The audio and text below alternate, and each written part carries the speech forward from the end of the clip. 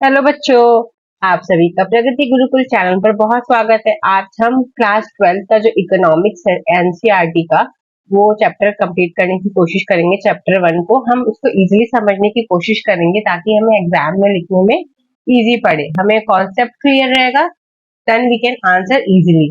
So let's start the topic. First chapter for class 12 economics. What is economic? An economy is an area of the production, distribution and trade as well as the consumption of goods and services by different agents. Means economic क्या होता है? Economic में जो एक जगह होता है जहाँ पे ना प्रोडक्शन, डिस्ट्रीब्यूशन और ट्रेड होता है और उसका कंजप्शन ऑफ गुड्स होता है और उसकी सर्विसेज होती है किसके थ्रू? डिफरेंट एजेंट्स के थ्रू। मतलब इकोनॉमिक्स क्या होता है कि लेन देन भी होता है, ट्रेडिंग भी होता है, डिस्ट्रीब्यूशन भी होता है, उसमें प्रोडक्शन भी होता है, गुड्स कंज्यूमर्स भी होते हैं और प्रोड्यूसर भी होते हैं, दोनों होते हैं। जहाँ पे दोनों होते हैं उस जगह को क्या बोलते हैं? इकोनॉमिक बोलते हैं। मतलब हम मार्केट जाते हैं सामान लेने तो एज अ बायर हम होते हैं और एज अ सेलर मार्केट में जो शॉपकीपर होते हैं एज अ सेलर होते हैं। तो we both are in a economic area. Okay, आगे देखते हैं। Central problems of an economic production, exchange and consumption of goods and services are among the basic economic activities of life. Production जो बहुत जरूरी होता है क्योंकि किसी भी प्रोडक्ट को प्रोड्यूस करेंगे तभी तो उसका प्रोडक्शन होगा और उसको प्रोड्यूस होने के बाद उसका एक्सचेंज होना और उसका कंजप्शन होना वो भी बहुत इंपॉर्टेंट है। और ये क्या है? ये जो तीनों चीजें हैं ना, ये बेसिक एक्टिविटीज है किसकी? इकोनॉमिक्स की। ठीक है, ये मेन इकोनॉमिक्स का मेन फंक्शन बोलना चाहिए ना, production, exchange and consumption of goods और ट्रेड। ठीक है, एक्सचेंज मतलब ट्रेड ही हो गया, उसका मतलब ट्रेड ही होता है। In the course of this basic economic activities, every economic faces the problem of allocating the resources to the production of department possible goods and services and of distributing the produced goods and services among the individual within the economy. Economy का एक बहुत बड़ा problem भी है, जो problem वो face करता है कि मतलब राइट अमाउंट पे एलोकेशन करना किसका? रिसोर्सेज का। प्रोडक्शन के लिए जो हमारे पास रॉ मटेरियल है उसको हमें प्रोडक्शन हाउस को भेजना होता है, तो राइट क्वांटिटी में, राइट मटेरियल, राइट मेजरमेंट के साथ हमें हर एक फर्म को देने की जरूरत होती है।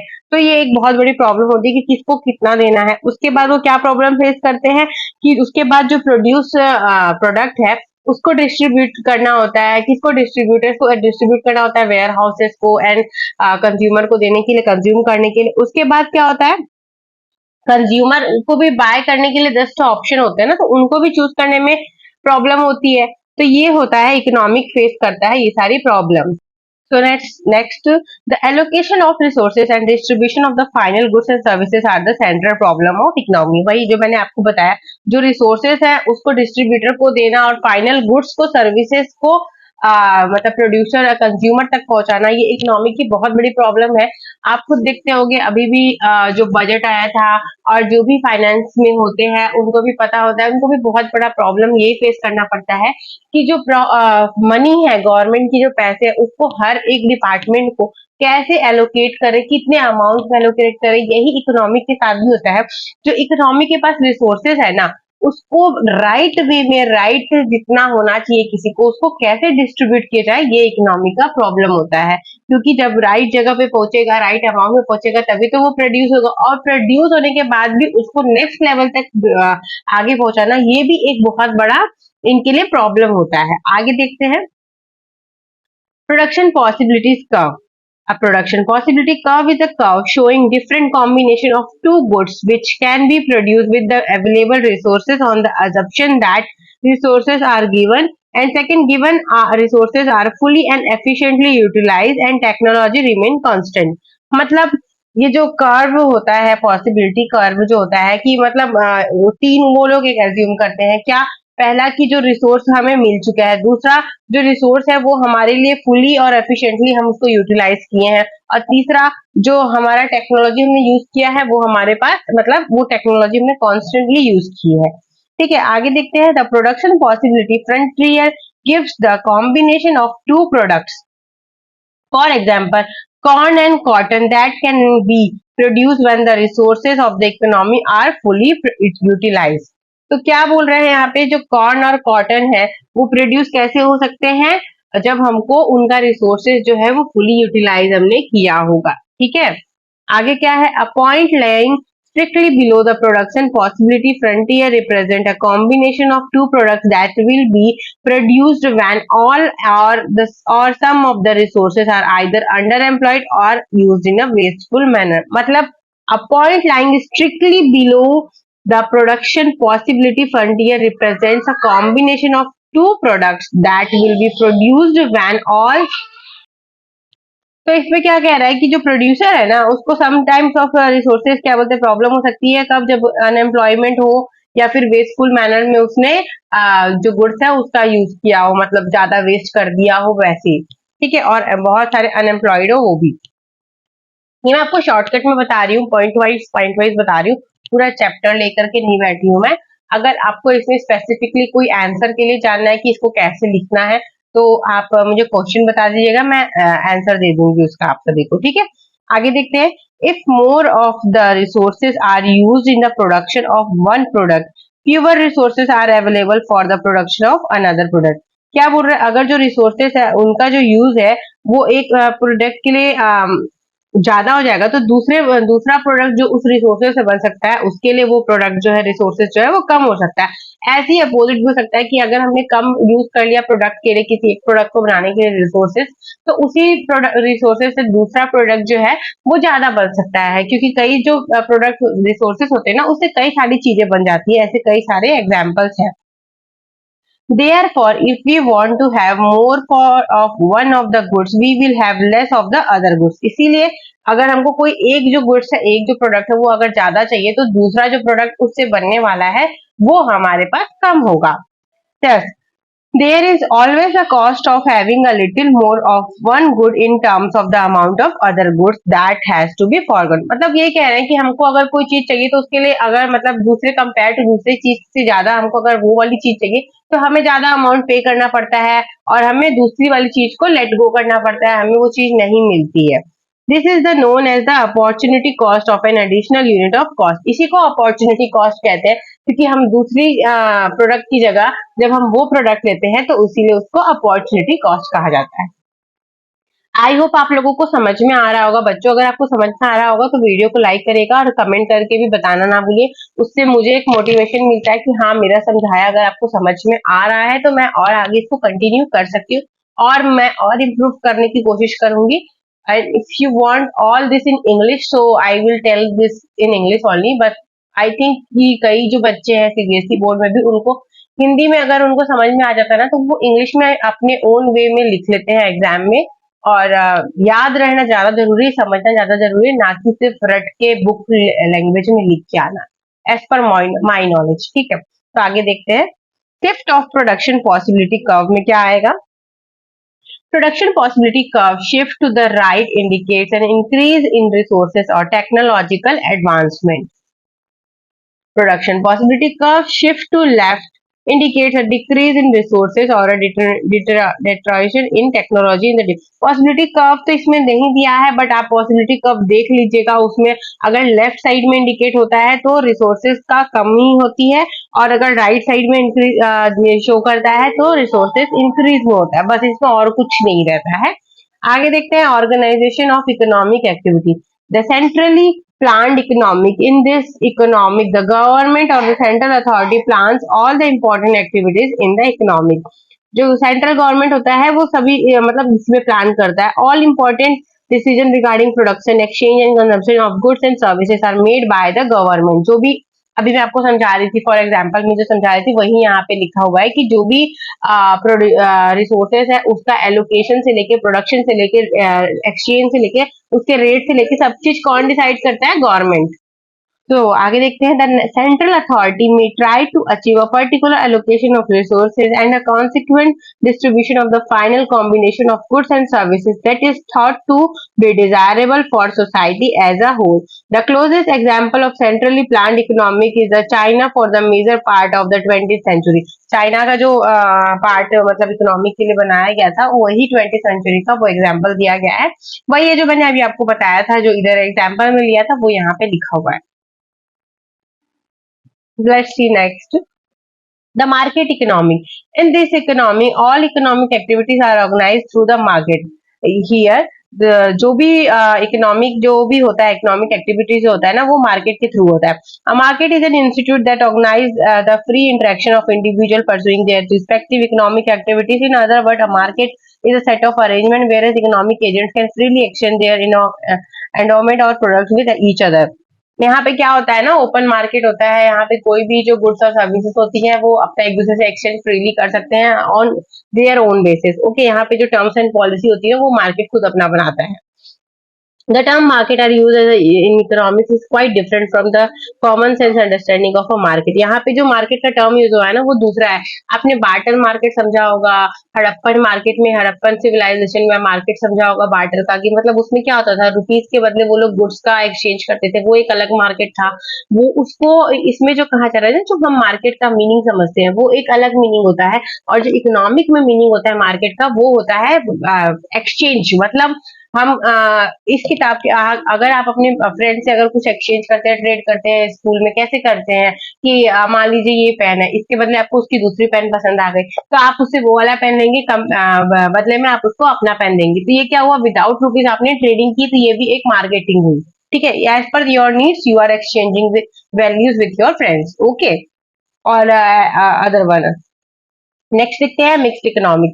In this economic, some important decisions are taken by the government and the economic activities are by and large conducted through the market. Mixed economic में कुछ मतलब दोनों होता है. इंडिविजुअल का भी पार्टिसिपेशन होता है और गवर्नमेंट का भी. गवर्नमेंट कुछ अपने रूल्स बता देती है कि ऐसे ऐसे आपको इतने इतने तक करना है, और इंडिविजुअल्स के अपने कुछ रूल होते हैं, तो दोनों का मिक्स होकर के एक इकोनॉमिक चलती है. इसमें ये होता है. The only difference in this term is the extent of the role of the government is deciding the course of economic activities. In the United States of America, the role of government is minimal. इसमें यही जो मैंने आपको बताया कि government का जो role होता है वो इकोनॉमिक एक्टिविटीज को बताना होता है, पर जो यूनाइटेड स्टेट ऑफ अमेरिका है वहां पे गवर्नमेंट का रोल कम रहता है. ठीक है, मिक्स्ड इकोनॉमिक्स में. आगे देखते हैं इंडिया के केस में क्या है. In India, since independence, the government has played a major role in the planning of economic activities. However, the role of the government in the Indian economic has been reduced considerably in the last couple of decades. India has adopted mixed economic. India में mixed economic का use होता है क्योंकि जो major economic activities होती है ना, वो गवर्नमेंट डिसाइड करती है, गवर्नमेंट बनाती है. आप सभी को पता है कि गवर्नमेंट हर साल बजट लाती है जिसमें वो एलोकेशन करती है रिसोर्सेज के, मनी के, फंड्स के, रिसोर्सेज सबके वो करती है. इवन गवर्नमेंट जो जीएसटी पॉलिसीज करती है कि इतने पे आपको इतना जीएसटी देना होगा, प्रोडक्शन कितने को कब होना होता है, मतलब सबका एलोकेशन कौन करता है, गवर्नमेंट करती है. हमारे यहाँ जो इंडिया का इकोनॉमिक है वो क्या है, मिक्स्ड इकोनॉमिक. अगर आपको एमसीक्यूज में क्वेश्चन आया कि व्हाट इज इंडियन इकोनॉमिक, तो आप उसमें बोल सकते हैं कि Indian economic is as a mixed economic, क्योंकि यहाँ पे गवर्नमेंट का भी कंट्रीब्यूशन सेम होता है और इंडिविजुअल जो प्राइवेट कंपनीज होती हैं उनका भी कंट्रीब्यूशन होता है. आपने यहाँ देखा है इंडिया में कि गवर्नमेंट फॉर्म्स भी होती है और प्राइवेट ऑर्गेनाइजेशन भी होते हैं, तो दोनों मिलकर साथ में ही इंडियन इकोनॉमी को रन करते हैं. ठीक है, आगे देखते हैं positive and normative economics. Positive economics deals with the economic issues related to past, present or future. It deals with such economic situations which can be studied by using fact and figures. Positive economics means what issues जो भी past में हुए हैं, present में चल रहे हैं और फ्यूचर में हो सकते हैं, उसके बेसिस पे, फैक्ट के बेसिस पे स्टडी करके उसको सॉल्यूशन करना. In positive economic analysis, we explain how the different mechanism functions and in normative मतलब पॉजिटिव में कैसे काम हो रहा है, कैसे नहीं हो रहा है वो देखते हैं, और नॉर्मेटिव में क्या देखते हैं हम, इकोनॉमिक भी explain whether this mechanism are desirable और नॉट. इसमें क्या देखते हैं नॉर्मेटिव में कि ये जो भी फंक्शंस है, जो भी मैकेनिज्म है, वो जरूरत है कि नहीं है, उनकी नीड है कि नहीं है. Okay, however the distinction between positive and normative economic analysis is not a very sharp one. ज्यादा कुछ है नहीं इनके डिफरेंसेस में. Normative economics is economics of what ought to be. It deals with the opinion of economics related to economic issues और economic problems. Different economics may offer different opinion और the solution और to an economic problem. Normative economics में जो क्या होता है ना, इसमें क्या हो सकता है, और इकोनॉमिक्स जो होते हैं ना, बहुत सारे उनके ओपिनियन लिए जाते हैं, डिफरेंट ओपिनियंस लिए जाते हैं डिफरेंट प्रॉब्लम्स पे, और उस पर सोल्यूशन निकाला जाता है. The positive and normative issues involved in the study of central economic problems are very closely related to each other, and a proper understanding of one is not possible in isolation from the other. Same simple ही चीज है, इसमें कुछ है नहीं। Micro economic and macro economic में आपको difference आ सकता है, सिमिलैरिटीज आ सकती है, and what is micro economic and what is macro economic, ये पक्का क्वेश्चन आएगा आप लोगों को। आपको इसको एटलीस्ट 2 से 3 मार्क्स का आपको क्वेश्चन आएगा बच्चों। तो आप पूरी कोशिश करना कि आप ये पेपर में, बहुत इजी होता है माइक्रो इकोनॉमिक और मैक्रो इकोनॉमिक में डिफरेंस आपको मैं अभी बता भी दूंगी और समझा भी दूंगी। देखते हैं माइक्रो इकोनॉमिक क्या होता है। Micro economic explain the behaviour of individual economic agent in the market for different goods and services and tries to figure out how price and quantities of goods and services are determined through the interaction of individual in this market. Micro economic जो होता है ना, जो वो individually मतलब देखता है, क्या देखता है कि जो गुड्स और सर्विसेज है उसके बेसिस पे वो रेट डिसाइड करता है, उसकी क्वांटिटी के बेसिस पे वो रेट डिसाइड करता है। मतलब एक ये इंडिविजुअल बहुत छोटा मार्केट होता है माइक्रो इकोनॉमिक, मतलब वर्ड से समझ में आ रहा है, माइक्रो मतलब स्मॉल और मैक्रो मतलब बिग। मतलब मैक्रो में क्या होता है ना, वो सारे बेसिस पे हैंडल करता है, और माइक्रो में क्या करता है, behaviour of individual economic agent in the market for different goods and services and try to figure out how prices and quantity of goods and services are determined. मतलब वो सिर्फ एक ही बेसिस पे देखता है, इंडिविजुअल बेसिस पे देखता है। और माइक्रो में क्या करता है, on the other hand explain understanding of the economic as a whole by focusing our attention on aggregate measures such as total output, employment and aggregate. मतलब माइक्रो इकोनॉमिक जो होता है ना, उसमें जो फॉर्म होता है ना, वो प्रोडक्ट का रेट कैसे डिसाइड करता है, कितने उसके एम्प्लॉयज लगे, कितना आउटपुट निकला, कितना उसका प्रोडक्शन में कॉस्ट आया, कितनी उसकी कॉस्ट ऑफ प्रोडक्शन लगी, जो भी जो चीजें होती है ना, और कितना उसका एक्सपेंसेस हुआ, सब वो देखने के बाद किसी प्रोडक्ट का रेट डिसाइड करता है, ऐसे बोला जा सकता है। Micro economic is considered with topic such as demand, supply factor, pricing, product pricing, economic welfare, production and consumption, where micro economic concern with the issue of national income distribution, employment, general price level, money and so on. देखिए difference जो मैंने अभी आपको समझाया वही है difference में भी। माइक्रो इकोनॉमिक जो है ना, वो डिमांड पे, कितना उस प्रोडक्ट का डिमांड है, कितनी उसकी सप्लाई है, कितना उसका फैक्टर प्राइस हो सकता है, कितना उसके प्रोडक्ट का प्राइस हो सकता है, और उसका इकोनॉमिक वेलफेयर और प्रोडक्शन और कंजप्शन से है। जबकि मैक्रो इकोनॉमिक जो होता है ना, वो नेशनल इनकम देखता है, डिस्ट्रीब्यूशन देखता है, मतलब ओवरऑल, मतलब इंडिया इकोनॉमिक जो है अगर आप बोलोगे तो वो compare to national macro economic है। और किसी पर्टिकुलरली स्टेट या सिटी की बात करोगे आप, तो वो माइक्रो इकोनॉमिक हो गया। मतलब इतने बड़े कंट्री में का कोई एक पर्टिकुलर आप सिटी या स्टेट ले लो, वो माइक्रो इकोनॉमिक हो गया, और पूरा कंट्री जो है इंडिया, वो मैक्रो इकोनॉमिक हो गया। क्योंकि मैक्रो इकोनॉमिक मतलब इंडिया अगर अपना इकोनॉमिक मतलब सेट करेगा तो कैसे करेगा, वो पहले अपने नेशनल इनकम देखेगा, नेशनल इश्यूज देखेगा, कितनी उसकी डिस्ट्रीब्यूशन है, कितने एम्प्लॉयमेंट है, कितनी जनरल प्राइस हो सकती है, कितना मतलब लेवल का लेवल हो सकता है, कैसी पॉपुलेशन है हमारे यहाँ की, सब चीज बेसिस पे वो देखेगा ना। इंडिया गवर्नमेंट जब देखती है तो हम सबके लिए देखती है, किसी इंडिविजुअल के लिए तो नहीं देखती है ना, बट माइक्रो इकोनॉमिक अपना इंडिविजुअल देखती है। Internal issues are addressed by microeconomy while environmental and external issues are addressed by macro. Internal मतलब अब आप किसी एक पर्टिकुलरली किसी एरिया या फिर किसी सिटी से ही अगर आपको सब कुछ करना है तो आप वहां का इंटरनल टू सब कुछ देख सकते हो। मतलब आपको A to Z, mini to micro to mini to, मतलब जो भी हो A to Z आपको उसका इश्यूज पता चल जाएगा। बट अगर आप लार्ज लेवल पे लेते हो, माइक्रो लेवल पे, पूरा कंट्री के लेवल पे लेते हो, तो आप छोटी मोटी प्रॉब्लम्स पे ध्यान नहीं देते हो, आप बड़ी प्रॉब्लम्स पे ध्यान देते हो। लाइक उसका इन्वायरमेंट पे कैसा इफेक्ट पड़ेगा, उससे कॉस्ट जीडीपी कितनी होगी, उससे प्रोडक्शन पे क्या इफेक्ट पड़ेगा, उससे पब्लिक पे क्या इफेक्ट पड़ेगा, आप ये सब देखोगे। ये नहीं देखोगे किसी पर्टिकुलर इंडिविजुअल को क्या इफेक्ट पड़ेगा। तो ये होता है डिफरेंस।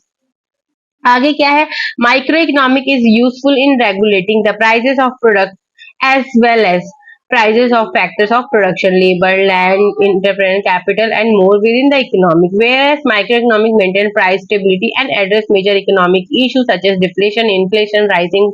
जो मैंने आपको बताया सब वही है कि इसमें मतलब माइक्रो में तो वो इन्फ्लेशन भी दिखेगा, प्राइस इलास्टिसिटी भी दिखेगा, फिर आपका डिफ्लेशन भी दिखेगा, फिर आपकी पॉकेट कितना वो करती है, अलाउ करती है, वो भी देखेगा, इंडिविजुअल की पॉकेट कितनी अलाउ करती है किसी प्रोडक्ट को लेके। बट माइक्रो में क्या होता है, वो इंडिविजुअल उस एरिया का ही देखेगा, पूरा कंट्री का नहीं देखेगा। तो ये होता है डिफरेंस दोस्तों। ये एक इंट्रोडक्शन इकोनॉमिक का चैप्टर का था, फर्स्ट चैप्टर का। आई होप आपको पसंद आया होगा। इफ अगर आपको पसंद आया होगा तो प्लीज चैनल को लाइक करना ना भूलिए, और कमेंट करके जरूर बताइएगा कि आपको टॉपिक समझ में आया कि नहीं। और नेक्स्ट टॉपिक पे मिलती हूँ नेक्स्ट वीडियो में। तब तक के लिए आप सभी को ऑल द बेस्ट, और अच्छे से अपना पेपर की तैयारी करिए। Thank you.